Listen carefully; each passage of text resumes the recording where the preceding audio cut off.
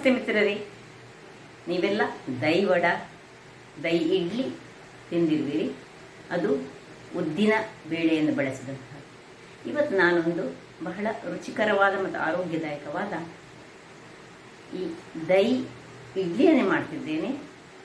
ಅದಕ್ಕೆ ಮೊಸರು ಇಡ್ಲಿ ಅಂತ ಹೇಳ್ಬೋದು, ಬಟ್ ಉದ್ದಿನ ಬೇಳೆಯಿಂದ ಅಲ್ಲ, ಹೆಸರು ಬೇಳೆಯನ್ನು ಉಪಯೋಗಿಸಿ ಬಹಳ ರುಚಿಕರವಾದ ಮತ್ತು ಇನ್ಸ್ಟೆಂಟ್ ಆಗಿ ಮಾಡುವಂಥದ್ದು. ಬೆಳಗ್ಗೆ ಮಾತ್ರ ನೆನೆಸಿದರೆ ಸಾಕು, ಫರ್ಮೆಂಟೇಷನ್ ಏನು ಮಾಡಲಿಕ್ಕಿಲ್ಲ. ಹಾಗಾದರೆ ಬನ್ನಿ, ಈ ರುಚಿಕರವಾದ ಒಂದು ಮೊಸರು ಇಡ್ಲಿಯನ್ನು ಹೇಗೆ ಮಾಡುವುದನ್ನು ನೋಡೋ ಮೊದಲು ಯಾರೆಲ್ಲ ನನ್ನ ಚಾನಲನ್ನು ನೋಡ್ತಿದ್ದೀರಿ, ಯಾರೆಲ್ಲ ಇನ್ನೂ ಸಬ್ಸ್ಕ್ರೈಬ್ ಮಾಡಿಲ್ಲ, ದಯವಿಟ್ಟು ಸಬ್ಸ್ಕ್ರೈಬ್ ಮಾಡಿ ಸಪೋರ್ಟ್ ಮಾಡಿ ಅಂತ ಹೇಳುತ್ತಾ ಈ ರುಚಿಕರವಾದ ಅಡುಗೆಯನ್ನು ನಾನು ಹೇಗೆ ಮಾಡಿದ್ದೇನೆ ಎಂದು ನೋಡೋಣ ಅಲ್ವೇ. ನಮಸ್ತೆ ಮಿತ್ರರೇ, ಇವತ್ತು ಇನ್ಸ್ಟೆಂಟ್ ಆಗಿ ಮಾಡುವಂತಹ ಒಂದು ಮೊಸರು ಇಡ್ಲಿ ಮಾಡೋಣ, ಅಥವಾ ಮಜ್ಜಿಗೆ ಇಡ್ಲಿ ಅಂತ ಸಹ ನಾವು ಕರಿಬೋದು. ಅದನ್ನು ಬಹಳ ಸುಲಭ ಮತ್ತು ಆರೋಗ್ಯಕ್ಕೆ ಬಹಳ ಒಳ್ಳೆಯದು. ಸಮ್ಮರ್ ಸೀಸನ್ಗಂತೂ ಹೇಳಿ ಮಾಡಿಸಿದಂಥದ್ದು. ಇದನ್ನೀಗ ಅಪ್ಲೋಡ್ ಮಾಡುವಾಗ ಮಳೆ ಬರ್ತದ ಗೊತ್ತಿಲ್ಲ ನನಗೆ, ಆದರೂ ಸಹ ಸಮ್ಮರ್ ಸೀಸನ್ಗೆ ಅಲ್ಲದಿದ್ದರೆ ಸಹ ದೇಹಕ್ಕೆ ಬಹಳ ಉತ್ತಮವಾದ ಈ ಒಂದು ಹೆಸರು ಬೇಳೆಯನ್ನು ಉಪಯೋಗಿಸಿ ಮಾಡುವಂತಹ ಮಜ್ಜಿಗೆ ಇಡ್ಲಿಯನ್ನು ನಾನು ಮಾಡ್ತಿದ್ದೇನೆ ಇವತ್ತು. ಇದನ್ನೀಗ ನಾನು ಬೆಳಿಗ್ಗೆ ಈಗ 1 ಗಂಟೆಗಳ ಕಾಲ ಸ್ವಲ್ಪ ಬಿಸಿ ನೀರಿನಲ್ಲಿ ನೆನೆ ಹಾಕಿದ್ದೇನೆ. ನೋಡಿ, ಇದಕ್ಕೆ ಹೆಚ್ಚು ನೆನೆಸುವ ಅಗತ್ಯ ಸಹ ಇಲ್ಲ. ಇನ್ಸ್ಟೆಂಟಾಗಿ ಆಗಾಗಲೇ ಬೆಳಿಗ್ಗೆ ಸ್ವಲ್ಪ ನೆನೆ ಹಾಕಿದರೆ ಸಾಕು. ನೋಡಿ, ಹೀಗೆ ಆದರೆ ಸಾಕು. ಇನ್ನು ಇದಕ್ಕೆ ಬೇಕಾದದ್ದು ಸ್ವಲ್ಪ ಕೊತ್ತಂಬರಿ ಸೊಪ್ಪು ಬೇಕು, ಸ್ವಲ್ಪ ಕಾಯಿ ಮೆಣಸು, ನಿಮಗೆ ಎಷ್ಟು ಖಾರಕ್ಕೆ ತಕ್ಕಷ್ಟು ನೀವು ಎಷ್ಟು ತೆಗೆದುಕೊಳ್ಬೋದು, ಶುಂಠಿ ಬೇಕು, ಮತ್ತು ಈ ಮೊಸರನ್ನು ನಾವು ಮಜ್ಜಿಗೆ ಮಾಡಿಕೊಳ್ಳೋಣ. ಈಗ ಮೊದಲಿಗೆ ನಾನೊಂದು ಮಿಕ್ಸಿ ಜಾರ್ನಲ್ಲಿ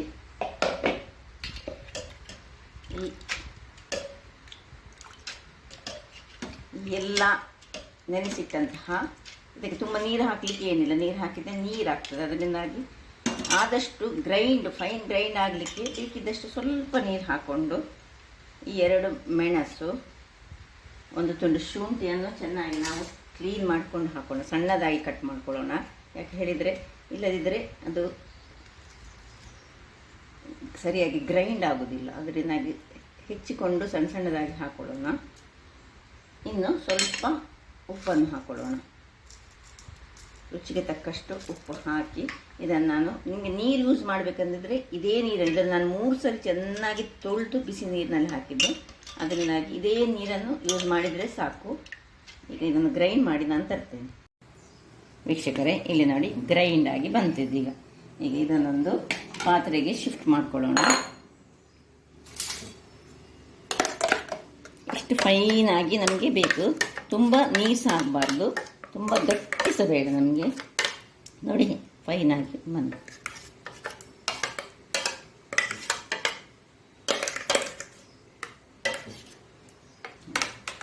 ಈಗ ಇಲ್ಲಿ ನಾನೊಂದು ಇಡ್ಲಿಯ ಬೇಯಿಸ್ಲಿಕ್ಕೋಸ್ಕರ ಸ್ಟೀಮರನ್ನು, ಇದನ್ನು ಇಡ್ಲಿಯ ರೀತಿ ಬೇಯಿಸ್ಲಿಕ್ಕೆ ಸ್ಟೀಮರನ್ನು ಆನ್ ಮಾಡಿ ಇಟ್ಕೊಂಡಿದ್ದೇನೆ. ನೋಡಿ, ಸ್ವಲ್ಪ ನೀರನ್ನು ಹಾಕ್ಕೊಂಡು ಆನ್ ಮಾಡಿದ್ದೇನೆ. ಇಲ್ಲಿ ಸಣ್ಣ ಒಂದು ಒಗ್ಗರಣೆ ಇದನ್ನು ಇಟ್ಟುಕೊಂಡು, ಒಗ್ಗರಣೆ ಬೇಡ ಈಗ ನಮಗೆ, ನಾವು ಒಂದು ಚಮಚದಷ್ಟು ಜೀರವನ್ನು ಸ್ವಲ್ಪ ಫ್ರೈ ಮಾಡ್ಕೊಳ್ಳೋಣ. ಜಸ್ಟ್ ಸ್ವಲ್ಪ ಫ್ರೈ ಆದರೆ ಸಾಕು, ಅಂದರೆ ಒಂದು ಪರಿಮಳ ಬಂದರೆ ಸಾಕು. ಅದು ಫ್ರೈ ಆದ ಪರಿಮಳ ಬರೋ ತನಕ ನಾವು ಫ್ರೈ ಮಾಡಿದರೆ ಆಯಿತು. ಇದರಲ್ಲಿ 1.5 ಚಮಚದಷ್ಟು ಹಾಕಿದರೆ, ಅರ್ಧ ಚಮಚ ಹಾಗೆ ಇಟ್ಕೊಳ್ಳಿಕ್ಕೆ ಉಂಟು. 1 ಚಮಚವನ್ನು ಈಗ ನೋಡಿ, ಇದು ಪಟ್ ಹೇಳಿದ ಕೂಡಲೇ ಆಫ್ ಮಾಡ್ಕೊಳ್ಳೋಣ, ಅದರ ಬಿಸಿಯಲ್ಲಿ ಇದು ಇರಲಿ. ಈಗ ಅದರಿಂದ ನಾನು 1 ಚಮಚದಷ್ಟು, ಈಗ ಇದರಲ್ಲಿ ಎಲ್ಲ ಹಾಕಲಿಕ್ಕಿಲ್ಲ, ಉಳಿದದ ಬೇರೆ 1 ಚಮಚದಷ್ಟು ಇದಕ್ಕೆ ಹಾಕ್ಕೊಳ್ತಿದ್ದೇನೆ. ಇನ್ನು ಚೆನ್ನಾಗಿ ನಾನು ಆಲ್ರೆಡಿ ಉಪ್ಪನ್ನು ಹಾಕ್ಕೊಂಡಿದ್ದೇನೆ. ನಾನು ಒಳ್ಳೆ ಬೀಟ್ ಮಾಡ್ಕೊಳ್ಳೋಣ, ಈ ಬೀಟ್ರಲ್ಲಿ ಬೀಟ್ ಮಾಡ್ಕೊಳ್ಳೋಣ.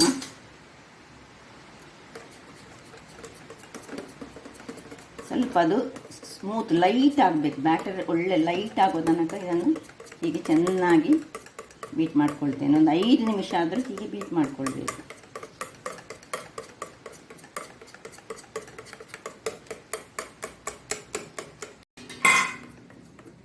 ವೀಕ್ಷಕರೇ ನೋಡಿ, ಒಳ್ಳೆ ಫ್ಲಫಿಯಾಗಿ ಬಂತು. ಈಗ ಇಲ್ಲಿ ನನಗೆ ಸ್ವಲ್ಪ ಒಳ್ಳೆ ಸ್ಮೂತಾದ ಇಡ್ಲಿ ಬೇಕಂತಾದರೆ ನಾವು ಸ್ವಲ್ಪ ಇದರಲ್ಲಿ ಒಂದು 10 ರೂಪಾಯಿ ಪ್ಯಾಕೆಟ್ನಲ್ಲಿ ಅರ್ಧ ಪ್ಯಾಕೆಟ್ನಷ್ಟು ನಾನು ಈನೋವನ್ನು ಇದಕ್ಕೆ ಸೇರಿಸ್ಕೊಳ್ತಿದ್ದೇನೆ. ನೋಡಿ, ಅರ್ಧ ಸಾಕು ಇದರದ್ದು. ನೋಡಿ, ಅರ್ಧದಷ್ಟು ಹಾಗೆ ಇಟ್ಕೊಂಡೆ. 10 ರೂಪಾಯಿ ಪ್ಯಾಕೆಟಲ್ಲಿ ಇದು ನಾನು ಒಂದು ಗ್ಲಾಸ್ನಷ್ಟು, ಒಂದು ದೊಡ್ಡ ಗ್ಲಾಸ್ನಲ್ಲಿ ಒಂದು ಗ್ಲಾಸ್ನಷ್ಟು, ಇಷ್ಟು ದೊಡ್ಡ ಗ್ಲಾಸ್ನಲ್ಲಿ ಹೆಸರು ಬೇಳೆಯನ್ನು ತೆಗೆದುಕೊಂಡದ್ದು. ಈಗ ಇದಕ್ಕೆ ಸ್ವಲ್ಪ ಆಕ್ಟಿವೇಟ್ ಆಗಲಿಕ್ಕೆ ನೀರನ್ನು ಹಾಕೊಳ್ಳೋಣ. ಮೇಲಿನಿಂದ ಸ್ವಲ್ಪ ನೀರನ್ನು ಹಾಕ್ಕೊಂಡು ಆಕ್ಟಿವೇಟ್ ಮಾಡಿಕೊಳ್ಳೋಣ. ನೋಡಿ, ಸ್ವಲ್ಪ ಹೆಚ್ಚು ಹಾಕ್ಲಿಕ್ಕೆ ಹೋಗಬೇಡಿ. ಯಾಕೆ ಹೇಳಿದರೆ ಹೆಚ್ಚು ಹಾಕಿದರೆ ಏನೋವನ್ನು ಹಾಕಿದ ಮೇಲೆ ಇನ್ನು ಹೆಚ್ಚು ಹೊತ್ತು ಇಡಲಿಕ್ಕಿಲ್ಲ.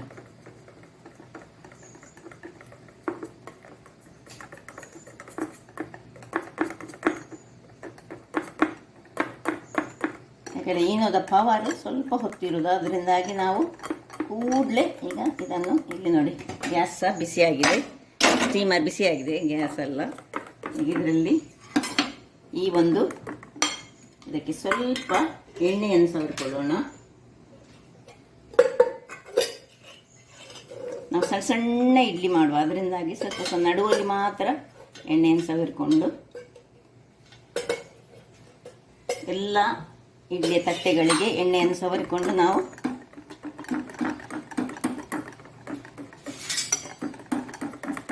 ಇದನ್ನು ತಿರುಗಿಸೋದ್ರಲ್ಲಿ ಉಂಟು. ಚೆನ್ನಾಗಿ ತಿರುಗಿಸ್ಕೊಂಡು ಮತ್ತೆ ಹಾಕ್ಕೊಳ್ಬೇಕು. ನೋಡಿ, ಈಗಲೇ ಹೇಗೆ ಉಬ್ಬಿ ಉಬ್ಬಿ ಉಬ್ಬಿ ಉಬ್ಬಿ ಬರ್ತದೆ.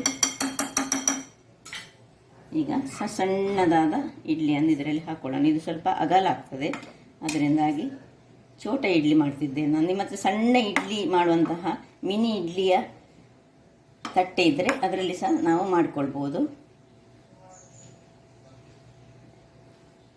ಹೀಗೆ ಒಂದೊಂದಾಗಿ ಎಲ್ಲವನ್ನು ಮಾಡಿಕೊಳ್ತೇನೆ. ನೋಡಿ, ಇದರೊಳಗೆ ಹಾಕ್ಕೊಂಡು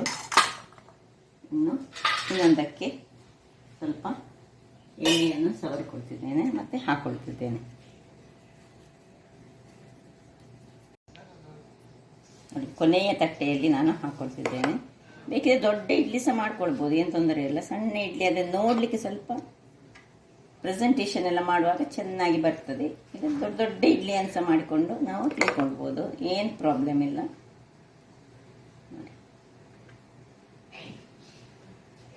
ಈಗ ಇದನ್ನು ನಾನು ಇದರಲ್ಲಿ ಬೇಯಲಿಕ್ಕೆ ಇಡ್ತೇನೆ.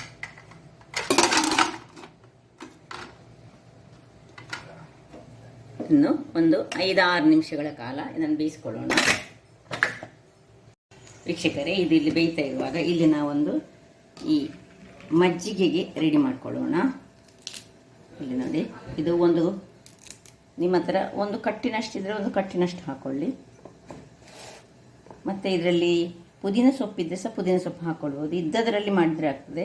ಈಗ ನಾನು ಕೊತ್ತಂಬರಿ ಸೊಪ್ಪಲ್ಲಿ ಮಾತ್ರ ಮಾಡ್ತಿದ್ದೇನೆ. ಮತ್ತು ಒಂದು ಶುಂಠಿ ಹಾಕ್ಕೊಳ್ತಿದ್ದೇನೆ, ಒಂದು ಕಾಯಿ ಮೆಣಸು, ಇನ್ನು ಆಗ ಸ್ವಲ್ಪ ನಾವು ಫ್ರೈ ಮಾಡಿದ ಜೀರ ಉಂಟಲ್ಲ, ಆ ಜೀರವನ್ನು ಉಳಿದದನ್ನು ಇದರಲ್ಲಿ ಹಾಕ್ಕೊಳ್ತಿದ್ದೇನೆ. ಈಗ ಇದಕ್ಕೆ ಸ್ವಲ್ಪ ಈ ಮೊಸರಿನ ಮಜ್ಜಿಗೆಯನ್ನು ಸೇರಿಸಿ ಇದನ್ನು ಒಂದು ಗ್ರೈಂಡ್ ಮಾಡ್ಕೊಂಡು ತರ್ತೇನೆ. ಸ್ವಲ್ಪ ಉಪ್ಪನ್ನು ಸಹ ಇಲ್ಲಿ ಹಾಕ್ಕೊಳ್ಳೋಣ. ವೀಕ್ಷಕರೇ, ನೋಡಿ, ಗ್ರೈಂಡ್ ಆಗಿ ಬಂತು. ನೋಡಿ, ಈ ರೀತಿಯಾಗಿ ಬರ್ತದೆ. ಈಗ ಇದನ್ನು ಪಕ್ಕಕ್ಕೆ ಇಟ್ಕೊಳ್ಳೋಣ. ಇಲ್ಲಿ ಈ ಮೊಸರನ್ನು ನಾವು ಸ್ವಲ್ಪ ಮಜ್ಜಿಗೆ ಮಾಡಿಕೊಳ್ಳೋಣ. ತುಂಬ ಹುಳಿ ಬೇಡ ನಮಗೆ, ಎಷ್ಟು ನಿಮಗೆ ಬೇಕು ಮಜ್ಜಿಗೆ ಅಷ್ಟನ್ನು ಸ್ವಲ್ಪ ಮಾಡಿಕೊಂಡ್ರೆ ಆಯಿತು. ಸ್ವಲ್ಪ ನಮ್ಮದು ದೊಡ್ಡದಿದಾಯಿತು ಇದು ಮಾಡುವಂಥದ್ದು, ಇಲ್ಲದೆ ಹಾರ್ತದೆ ಹೇಳಿ ನಾನು ಈ ಒಂದು ಮಣ್ಣಿನ ಪಾತ್ರೆಯನ್ನು ತೆಗೆದುಕೊಂಡಿದ್ದೇನೆ. ಅದಕ್ಕೆ ಈಗ ಸ್ವಲ್ಪ ನೀರನ್ನು ಸೇರಿಸ್ಕೊಳ್ಳೋಣ. ಒಳ್ಳೆ ನೀರು ಮಾಡಿಕೊಳ್ಳೋಣ. ಪಾತ್ರೆಗೆ ಸ್ವಲ್ಪ ನೀರನ್ನು ನಾವೇ ಮಾಡಿದಂತಹ ಮಜ್ಜಿಗೆ ಆದರೆ, ಮನೆಯ ಮಜ್ಜಿಗೆ ಆದರೆ ಬಹಳ ಒಳ್ಳೆಯದಾಗ್ತದೆ.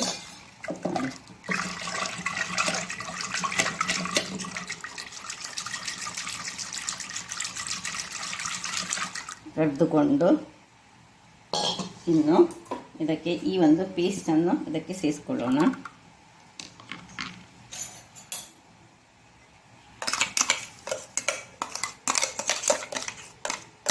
ಇಲ್ಲಿ ಉಪ್ಪು ಕಡಿಮೆ ಇದ್ದರೆ ಸ್ವಲ್ಪ ಉಪ್ಪನ್ನು ಹಾಕ್ಕೊಳ್ಬೇಕು ನಾವು. ಇದು ಆಪ್ಷನಲ್, ಇಲ್ಲದ್ರೆ ಖಾಲಿ ಸಹ ಮಾಡ್ಕೊಳ್ಬೋದು ನೋಡಿ. ಈ ಒಂದು ಪರಿಮಳಯುಕ್ತವಾಗಿ ಬರ್ತದೆ ಮತ್ತು ಬಹಳ ಟೇಸ್ಟಿಯಾಗಿ ಬರುವಂತಹ ಒಂದು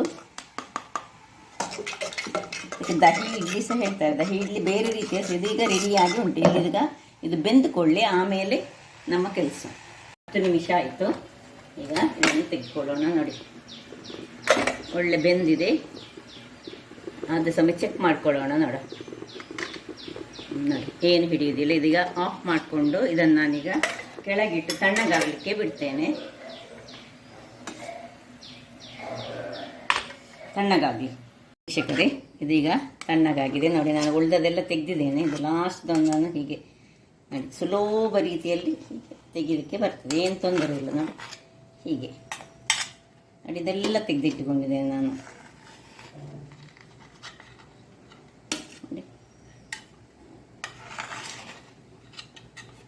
ಈಗ ಇದನ್ನು ಇಲ್ಲಿ ನೋಡಿ, ಇದನ್ನು ಪುನೊಮ್ಮೆ ನಾವು ಒಳ್ಳೆ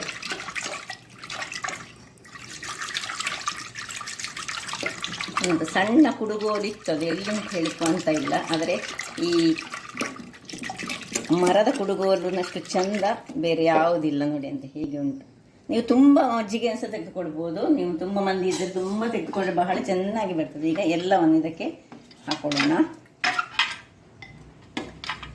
ಬಹಳ ರುಚಿಕರವಾಗಿ ಬರ್ತದೆ. ನೀವು ಒಂದು 5 ನಿಮಿಷ ಇಟ್ಕೊಳ್ಬೇಕಾಗ್ತದೆ. ಈಗ ಇದಕ್ಕೊಂದು ಒಗ್ಗರಣೆ ಕೊಡಲಿಕ್ಕೆ ಉಂಟು. ಎಲ್ಲವನ್ನು ಇದರಲ್ಲಿ ಹಾಕಿ ಒಂದು ಡಿಫ್ರೆಂಟ್ ಟೈಪ್ ಆಫ್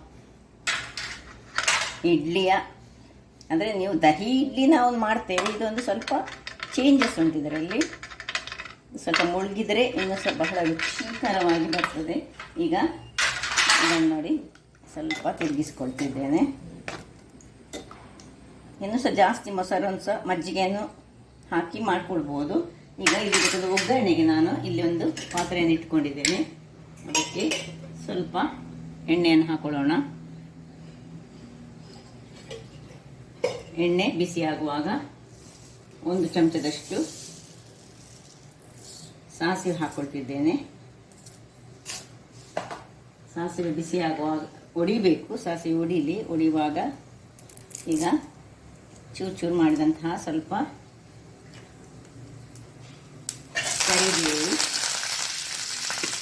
ಕರಿಬೇವು ಹಾಕಿದ ಕೂಡಲೇ ಒಂದು ಮೆಣಸನ್ನು ಕಟ್ ಮಾಡ್ಕೊಂಡು ಹಾಕೊಳ್ಳಿ. ಇನ್ನು ಸ್ವಲ್ಪ ಹಿಂಗು ಹಾಕೊಳ್ಳೋದು,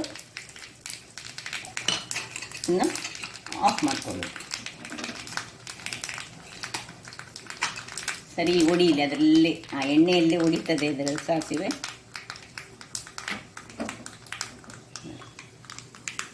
ಇದನ್ನು ಇದಕ್ಕೆ ನೋಡಿದ್ರಲ್ಲ ವೀಕ್ಷಕರೇ, ರುಚಿಕರವಾದ ಒಂದು ಬೆಳಿಗಿನ ಬ್ರೇಕ್ಫಾಸ್ಟ್ ರೆಡಿ ಆಯಿತು. ಆರೋಗ್ಯಕ್ಕೂ ಬಹಳ ಉತ್ತಮ. ಇದನ್ನು ಒಂದೊಂದು ಪ್ಲೇಟ್ನಲ್ಲಿ ಸರ್ವ್ ಮಾಡಿಕೊಂಡು ತಿನ್ಬೋದು. ಈಗ ಸರ್ವ್ ಮಾಡಿ ತೋರಿಸ್ತೇನೆ ವೀಕ್ಷಕರೇ. 5 ನಿಮಿಷಗಳ ಕಾಲ ಇದನ್ನು ನಾನು ಇದರಲ್ಲಿ ನೆನೆಯಲಿಕ್ಕೆ ಬಿಟ್ಟಿದ್ದೆ. ನೆನೆಯಲಿಕ್ಕೆ ಬಿಟ್ಟ ಮೇಲೆ ಇದನ್ನು ಸರ್ವ್ ಮಾಡಿದರೆ ಬಹಳ ರುಚಿಕರವಾಗಿ ಬರ್ತದೆ. ನೋಡಿ ಹೀಗೆ ಉಂಟು ನೋಡಿ. ಸರ್ವ್ ಮಾಡ್ಕೊಳ್ಳೋಣ.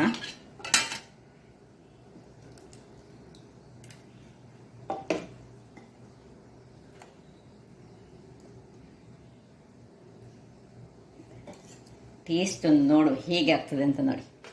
ಡಿಲೀಷಿಯಸ್ ಆಗ್ತದೆ. ಒಮ್ಮೆ ನಾನು ಟ್ರೈ ಮಾಡಿದ್ದೇನೆ. ಸೊ ನೋಡಿ, ಇದಕ್ಕೆ ಒಳ್ಳೆ ನೆಂದರೆ ಇನ್ನೂ ಸಹ ಬಹಳ ಖುಷಿ ಆಗ್ತದೆ. ಈಗ 5 ನಿಮಿಷ ನಾನು ಬಿಟ್ಟದ್ದು. ಒನ್ ಟೈಪ್ ಆಫ್ ಮೊಸರು ಬಜ್ಜಿ ಒಟ್ಟಿಗೆ ನಾವು ಅನ್ನದೊಟ್ಟಿಗೆ ತಿಂತೇವೆ ನೋಡಿ, ಆಗ ನಮಗೆ ಹೇಗೆ ಸೂದಿಂಗ್ ಇಫೆಕ್ಟ್ ಕೊಡ್ತದೆ ನಮ್ಮ ಬಾಡಿಗೆ, ಅದೇ ರೀತಿಯಲ್ಲಿ ಬರ್ತದೆ. ಹಾಗಾದರೆ ನೋಡಿದ್ರಲ್ಲ ವೀಕ್ಷಕರೇ, ಒಂದು ರುಚಿಕರವಾದ ಬ್ರೇಕ್ಫಾಸ್ಟ್. ಯಾವಾಗಲೂ ಒಂದೇ ಥರದ ಇಡ್ಲಿ ಮಾಡೋದಕ್ಕಿಂತ ಹೀಗೆ ಸ್ವಲ್ಪ ಚೇಂಜಸ್ ನಾವು ಮಾಡ್ತಾಯಿದ್ದರೆ ನಮ್ಮ ದೇಹಕ್ಕೂ ಇದು ಉತ್ತಮವಾದದ್ದು. ಆಗ ನನ್ನ ಈ ಕುಕಿಂಗ್ ಚಾನಲ್ ನಿಮಗೆ ಇಷ್ಟ ಆದರೆ ಬೋಳೂರು ಸುವರ್ಣ ಚಾನಲನ್ನು ಲೈಕ್ ಮಾಡಿ, ಶೇರ್ ಮಾಡಿ ಹಾಗೂ ಸಬ್ಸ್ಕ್ರೈಬ್ ಮಾಡಿ. ಹಾಗೂ ನನ್ನ ಇನ್ಸ್ಟಾಗ್ರಾಮ್ ಪೇಜನ್ನು ಫಾಲೋ ಮಾಡಿ. ಧನ್ಯವಾದಗಳು.